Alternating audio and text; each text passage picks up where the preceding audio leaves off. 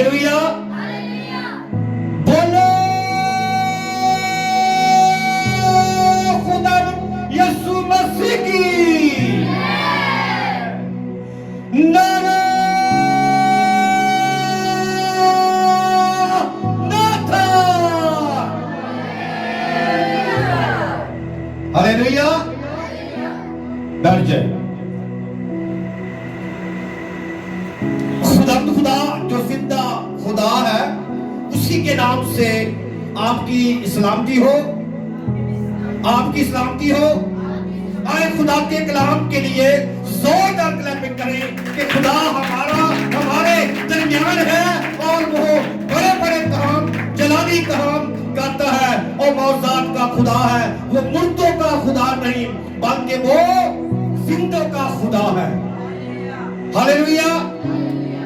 बेटी ने प्रेजेंटिंग में ये कहा, आज जो हमारा मैसेज है वो भी मुर्दों के ताल्लुक से है। एक शख्स से खुदावंद यीशु ने कहा कि मेरे पीछे चल, और उसने कहा कि ऐ खुदावंद खुदा मुझे इजाजत दे कि मैं अपने बाप को दफन कर लूं। ये मैसेज कई बार हम सादगी से सुनते, आज आप एक मुख्तलिफ अंदाज और तरीके से सुनेंगे कि इसका मकसद क्या था। यीशु ने कहा था कि मुर्दों को अपने मुर्दे दफन करने दो। आज का टॉपिक, आज का मैसेज, आज का अनवान हमारा यही है।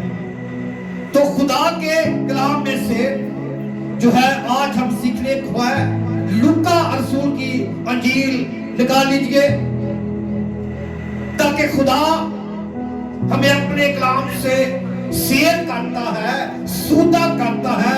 उसका जो कलाम है वो जिंदगी की राहें है और जिंदगी का खुदावन जो है सर चश्मा है। हालेलुया। हमारी मर्कजी आज जो है वो लूका रसूल की अंजील 9 बाब की 59 और 62 आयत है। कोई भी खड़ा होकर पढ़ दीजिए, शाबाश। खड़े होकर माइक ले ले।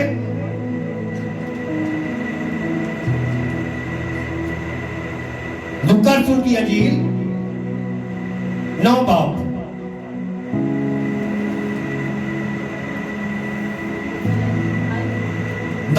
की 59 और 62 आयत।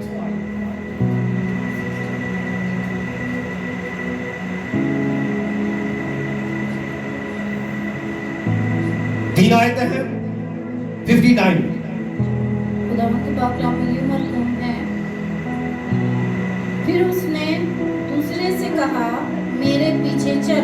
उसने कहा कि मेरे पीछे चल, जिसे खुदा बुला लेता है। उसने कहा, ऐ खुदावन मुझे इजाजत दे कि मैं पीछे जाकर अपने बाप को दफन करूं। उसने उससे कहा कि मुर्दों को अपने मुर्दे दफन करने दे, लेकिन तू जाकर खुदा की बादशाही की खबर फैला।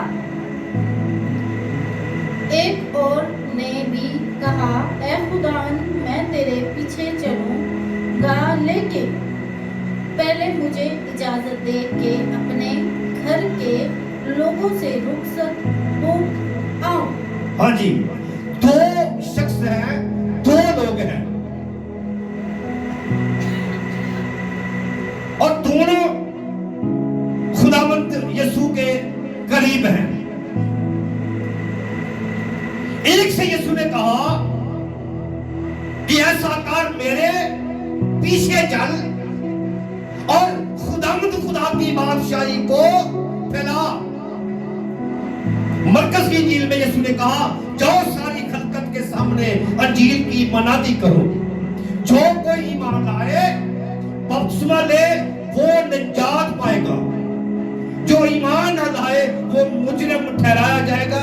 यानी कि जो खुदा पर, यीशु पर ईमान नहीं लाता वो मुजरिम ठहरता है, वो मुजरिम है। जैसे कोई शख्स जुर्म करता है और उसे सजा हो जाती है, इसी तरह जो शख्स खुदा यीशु पर ईमान नहीं लाता वो खुदावंद का मुजरिम होगा।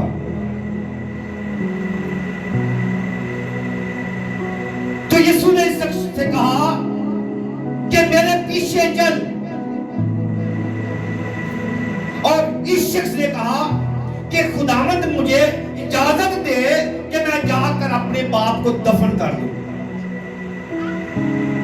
इसके पीछे एक बड़ी कहानी है, एक भेद है। भेद यह था कि दुनिया की मजहबी रवायत के अंदर ये लोग भी थे, उनके अंदर ये रवायत थी कि वो अपने बाप को या किसी अपने बुजुर्ग को अपने घर में दफन करते थे। कुछ यहूदी इस्राएल ऐसे थे जो अपने घर में दफन कर देते थे मुर्दे को, और 1 साल बाद उसकी हड्डियां निकाल कर फिर दूसरी जगह दफन करते थे। और ये जिम्मेदारी जो थी ये बड़े बेटे की थी, ये उनकी रिवायत थी। और खुदावंद यीशु ने इसीलिए इस शख्स से, वो दिन जो था वो साल का आखिरी दिन था, इसलिए यीशु ने उस शख्स से कहा कि तू मेरे पीछे चल और खुदा की बादशाही को फैला। और उसने कहा कि मैं जाकर अपने बाप को दफन कर दूं, क्योंकि वो जो हड्डियां थी, गोश्त गल गया था, उसने अपने बाप की हड्डियां निकाल कर जाकर यरूशलेम के अंदर दफन करना था। ये बात थी, इसके अंदर ये भेद था, खुदावंद जानता था। लेकिन यीशु ने ये कहा कि मुर्दों को अपने मुर्दे दफन करने दे, क्योंकि वो तो 1 साल से मर चुका है। और ये इस बेटे की जिम्मेदारी थी कि वो अपने बाप की हड्डियों को जाकर यरूशलेम के अंदर दफन करे। और दूसरे से यीशु ने कहा, दूसरे ने यीशु से कहा कि ऐ खुदावंद, मैं तेरे पीछे चलूंगा। अच्छा, चलेंगे, चलूंगा, आऊंगा, इसके अंदर डिफरेंट है, फर्क है।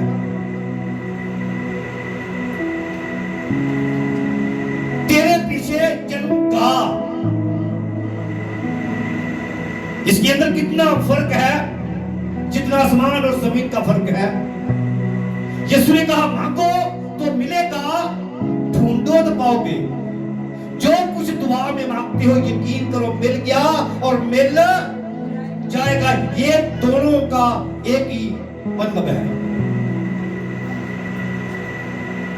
इस शख्स ने कहा मिल गया जो है उसी वक्त मिलेगा, और मिल जाएगा इसका इल्म नहीं वो कब मिलेगा। इस शख्स ने भी यही कहा कि मैं तेरे पीछे चलूंगा। कब चलेगा इसका इल्म नहीं है, लेकिन पहले चलूंगा, लेकिन पहले मुझे इजाजत दे कि अपने घर के लोगों से रुखसत हो आऊं। तो यीशु ने उसे कहा जो कोई अपना हाथ हल पर रख कर पीछे देखता है, हल पर हाथ रखकर पीछे देखता है, वो खुदा की बादशाही के लायक नहीं है। जो पीछे देखता है, जिसको पीछे की फिक्र है, वो खुदा की बादशाही के लायक नहीं है। इसीलिए उसने कहा ऐ खुदावंद, मैं तेरे पीछे चलूंगा। जब उसने कहा तो खुदावंद यीशु मसीह तो भेदों को जानने वाला खुदा है, और खुदा जान गया कि ये शख्स मेरे पीछे चलने वाला नहीं है।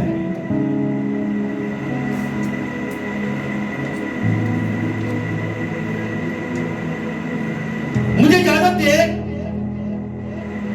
कि मैं जाकर अपने बाप को दफन कर लूं। तो खुदा ने कहा कि मुर्दों को अपने मुर्दे दफन करने दे, लेकिन तू जाकर खुदा की बादशाही की खबर फैला। फिर एक और किसी खादम ने बताया इसी आयत के मुताबिक कि किसी का बाप मर गया, उन्होंने खुदा के कलाम में से पढ़ा था कि मुर्दों को अपने मुर्दे दफन करने दो। हमारे खादम थे, मैं नाम नहीं लूंगा, वो भी इसी तरह कहते थे कि यीशु ने कहा कि मुर्दों को अपने मुर्दे दफन करने दो। वो खादम थे।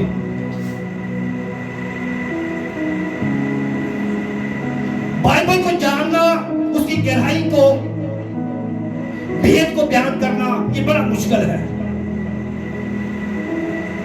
इन्होंने जब खुदा कलाम में से पढ़ा कि खुदा यीशु ने कहा कि मुर्दों को अपने मुर्दे दफन करने दो, और अपने बाप को ये घर में छोड़कर चले गए।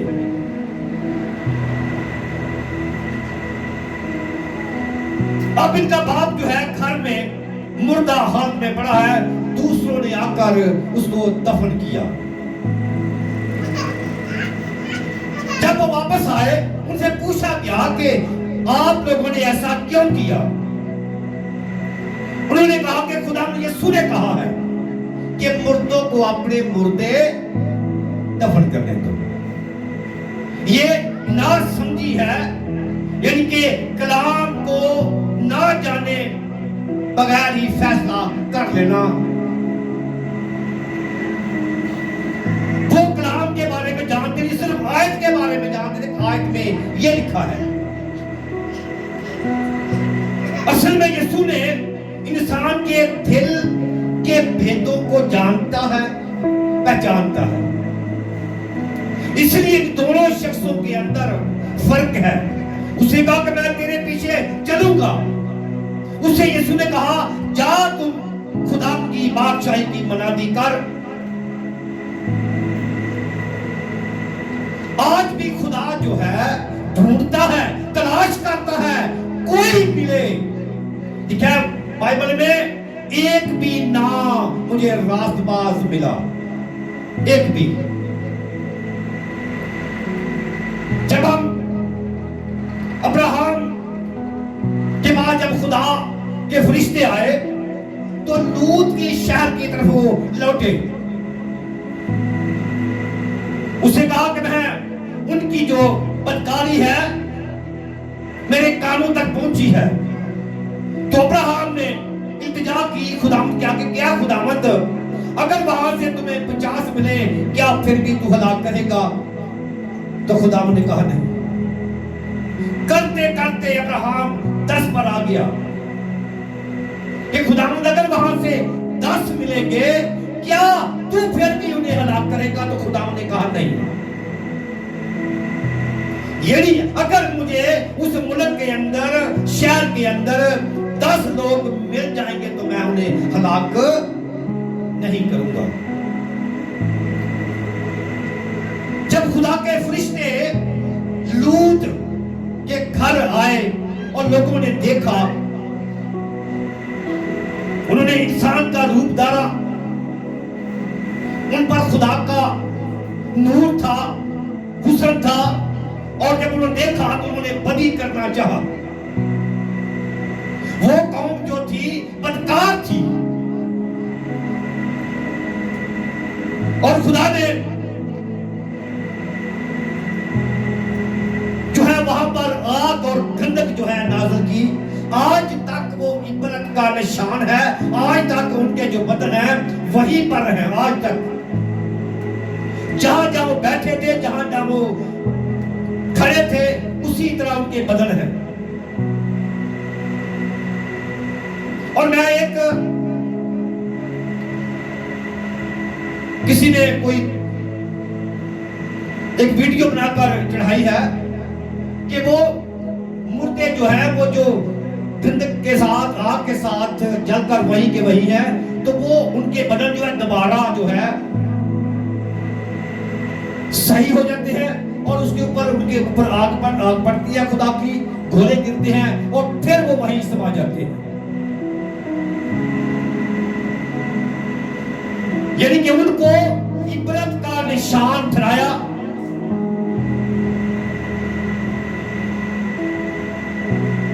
तो जब लूत उस शहर से निकला तो लूत की बीवी जो है आज तक इबरत का निशान है। आज तक वो उस पहाड़ पर जहां पर उसने खुदा की बात का इनकार किया, यानी पीछे मुड़कर देखा, तो इबरत का निशान ठहर गई।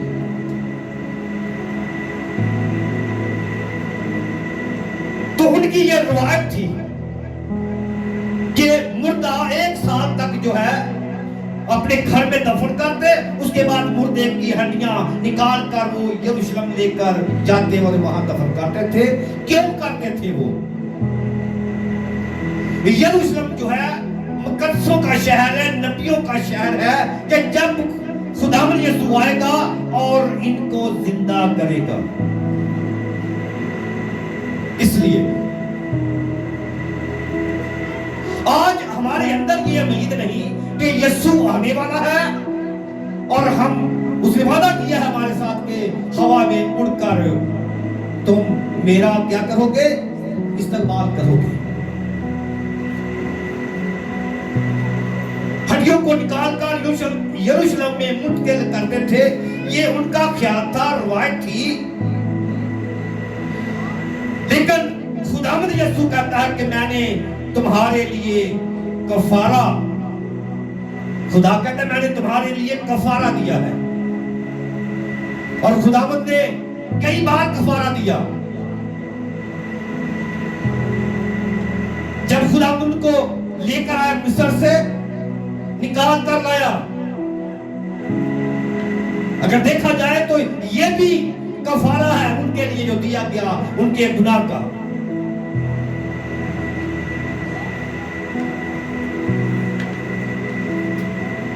दफन करते थे और कहते थे कि ये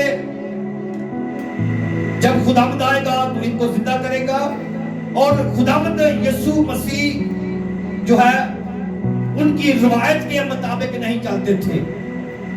तो यीशु ने उन्हें कहा, ऐ फरीसियों, तुम पर अफसोस, तुम पकीने सौ हर एक तरकारी पर दया भी देते हो और इंसाफ खुदा की मोहब्बत से गाफिल रहते हो। लाजम था कि ये भी करते और वो भी ना छोड़ते। उन्होंने लोगों को रवायत, बाप दादा की लोगों को उसके बारे में तालीम देते थे। कब्रों, फिर यीशु ने कहा कि तुम सफेदी फिरी हुई कब्रें हो, क्योंकि वो रवायत के मुताबिक आज भी दुनिया के अंदर रवायत है। बहुत सारी रवायतें शादियों में हैं जो मसीहों के लिए जायज नहीं है,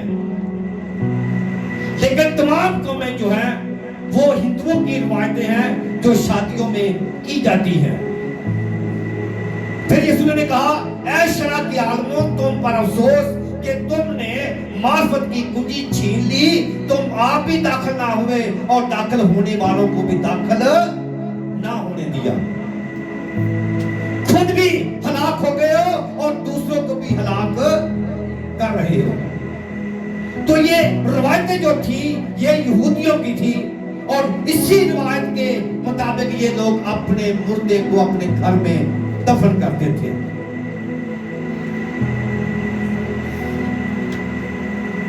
फिर वो कहते हैं कि हम मूसा की गद्दी पर बैठे हैं। मूसा की जो गद्दी है वो हमारी है। ये भी उनकी अपनी रवायत थी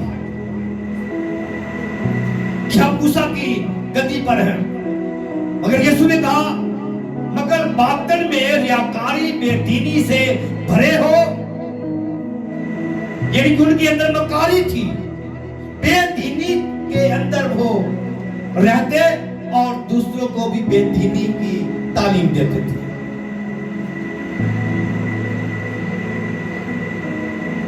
ना तुम खुद दाखिल होते हो और ना दूसरों को दाखिल होने देते हो।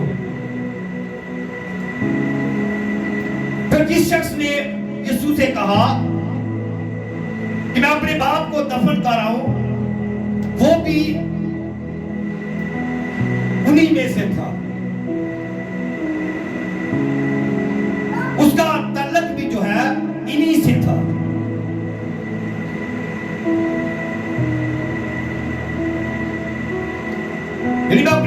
उसने अपने बाप की हड्डियों को दूसरी जगह पर दफन करना था, मुंतकिल करना था। इसलिए उसने यीशु से पहले इजाजत मांगी, लेकिन यीशु ने कहा कि मुर्दों को अपने मुर्दे दफन करने। 1 साल से वो शख्स मरा हुआ है, तो 1 साल तक वो अपने मुर्दे को अपने घर में दफन करते थे। लेकिन उसने जाने के लिए, बाप को दफन करने के लिए खुदावंत से इजाजत मांगी, और दूसरे ने कहा कि ऐ खुदावंत मैं तेरे पीछे चलूंगा।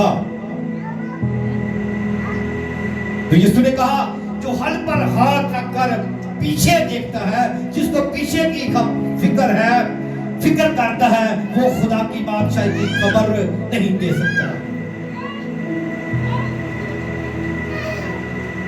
यीशु ने उनको यह भी कहा कि तुम सफेदी फिरी हुई कब्रें हो, जैसे कब्र के ऊपर चूना या सफेदी फेरते हैं और फिर वो देखने में तो अच्छी लगती है, लेकिन अंदर क्या है? मुर्दों की हड्डियां हैं, गंदगी है।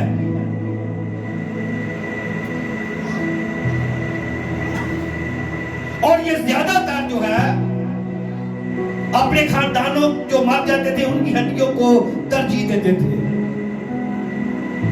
ये सच्चाई से नावाकिफ थे। इसीलिए यीशु ने कहा सच्चाई से वाकिफ हो और सच्चाई तुम्हें क्या करेगी? आजाद करेगी। सच्चाई जो है, जब सच्चाई को जान जाएंगे तो सच्चाई आपको आजाद करेगी।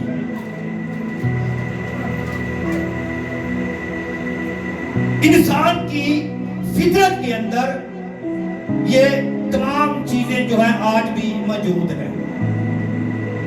ज्यादा लोग जो है वो रवायतों पर चलते हैं, बाप दादा की जो रवायतें हैं उनको कायम रखने की कोशिश करते हैं, लेकिन खुदा की बातों को भूल जाते हैं।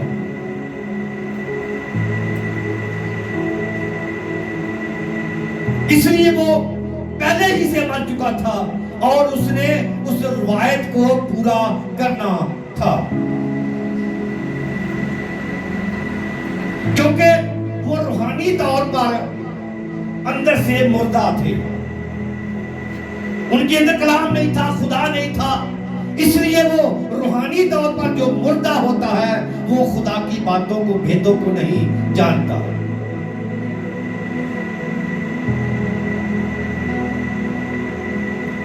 जो खुदा की बादशाही से दूर है, नावाकिफ है, वो दुनियावी चीजों की फिक्र करते हैं। मार्था के घर में यीशु आए और मार्था जो है वो खाना बना रही है और मरियम जो है खुदा का कलाम सुन रही है।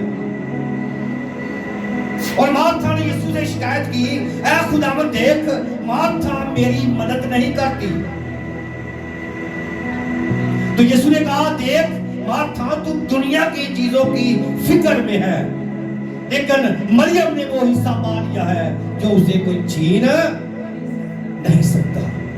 इसीलिए यीशु ने कहा, जा मुर्दों को अपने मुर्दे दफन करने दे, तू खुदा की कलाम की बादशाही की मनादी कर।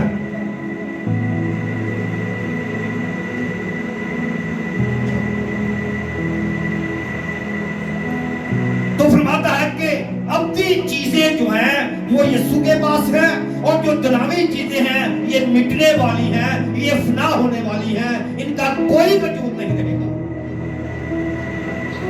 इसलिए जो अब्दी चीजें हैं वो खुदा का कलाम है और खुदा की मुंह की बातें हैं जो हम तक पहुंचती हैं।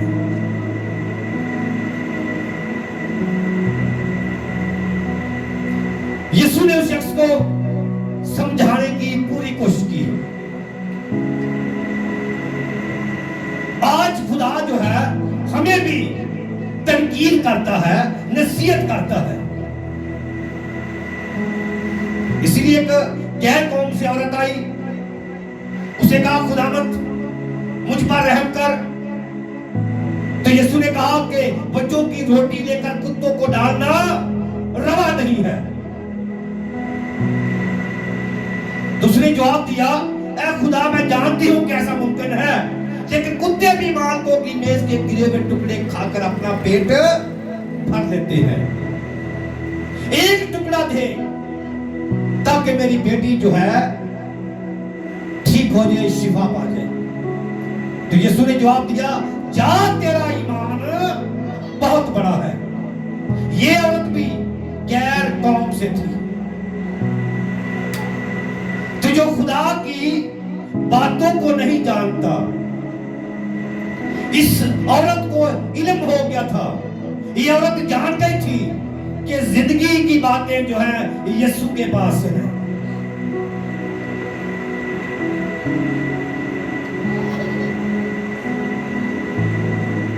यीशु ने उस शख्स अपनी बादशाही का पैगाम देना चाहा। उसको पैगाम दिया कि बेटा मुर्दों को अपने मुर्दे दफन करने दे, तू जाकर खुदा की बादशाही की मनादी कर।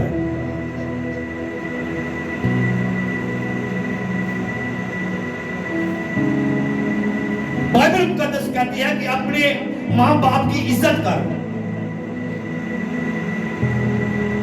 उसे कहा होगा खुदावन से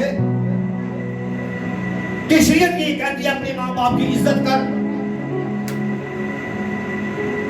इसलिए मैं ये फर्ज पूरा कर रहा हूं। हो सकता है उसने खुदावन से गुफ्तगू की हो, लेकिन खुदावन ने उसे कहा कि तू जाकर खुदा की बादशाही की क्या कर, मनादी कर।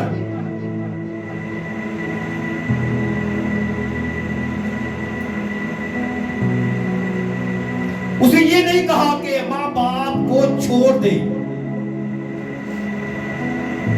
कि मां बाप की इज्जत ना करें। मां बाप की इज्जत करना ये फर्ज है। लेकिन कलाम ने कहा कि मुर्दे कुछ नहीं जानते। मुर्दे जो है वो कुछ नहीं जानते, वो खुदा की इबादत नहीं, परस्तिश नहीं कर सकते। जिंदा जो है वही खुदा की इबादत करेंगे। इसलिए यीशु ने उसे कहा कि मुर्दों को अपने मुर्दे दफन करने दे, तो जाकर खुदा की बादशाही की खबर जो है फैला।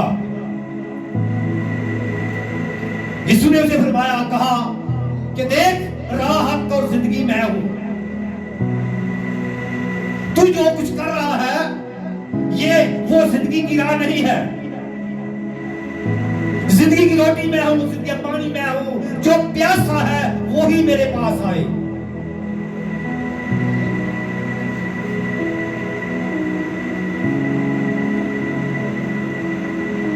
असल में यीशु उनकी रवायत जो थी उसको चैलेंज कर रहे थे, ताकि उस रवायत से निकल आए, छोड़ दे जो बाप दादा से चली आ रही है।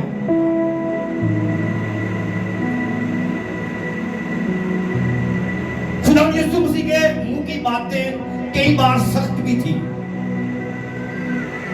जैसे इस औरत से कहा कि बच्चों की रोटी लेकर कुत्तों को डालना रवा नहीं, बहुत सख्त अल्फाज है ये।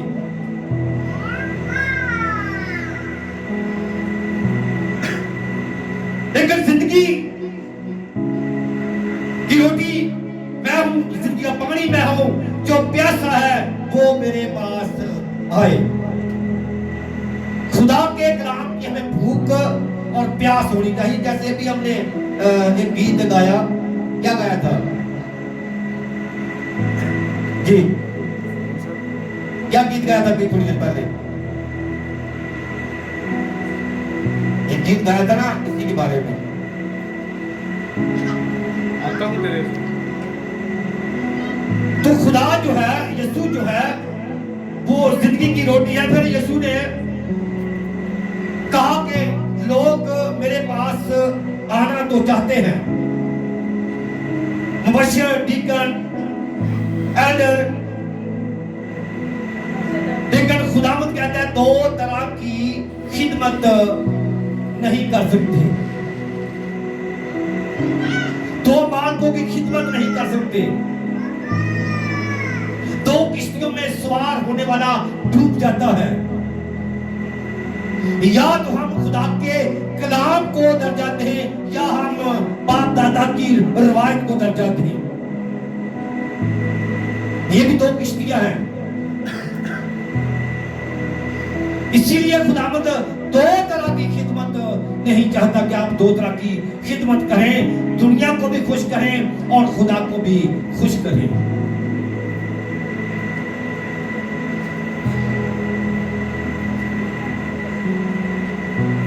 एक को कहता है छोड़ोगे, दोनों में से एक को छोड़ना होगा।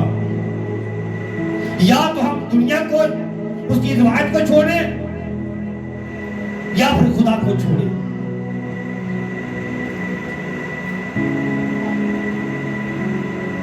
दो तरह का इंसान खुदा के साथ नहीं रह सकता। दो तरह के लोग जो हैं वो खुदा की खिदमत नहीं कर सकते।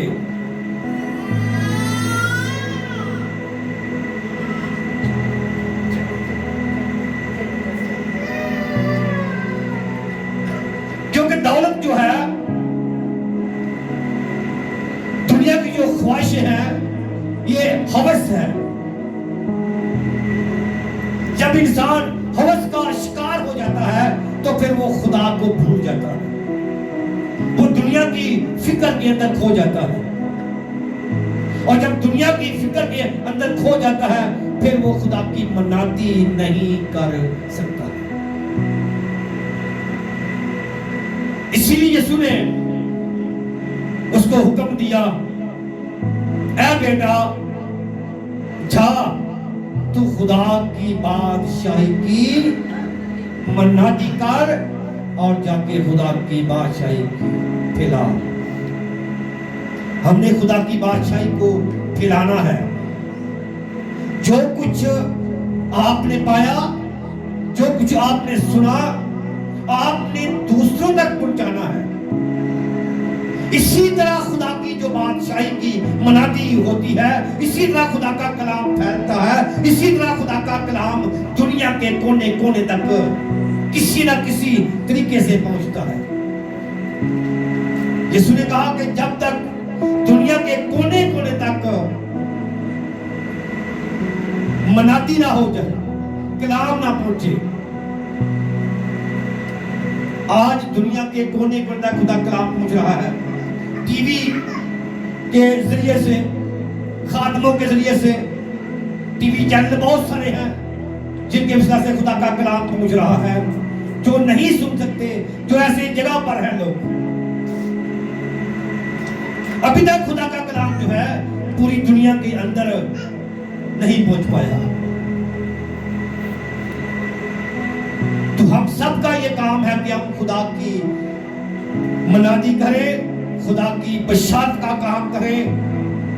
जैसे मरकज की अंजील में यीशु ने शागिर्दों को हुक्म दिया कि जाओ सारी खलकत के सामने अंजील की क्या करो, मनादी करो। आज मेरा और आपका काम भी यही है कि हम खुदा की मनादी करें। आए अपने सर खुदा की हुजूरी में झुकाएंगे, दुआ मांगे खुदा के हुजूर। कहें खुदा से कि खुदा आज का कलाम मेरे लिए, मेरे खानदान के लिए, किसिया के लिए बायस से बरकत ठहरे, ताकि खुदा हमने तेरे कलाम को सुना है, हम तेरे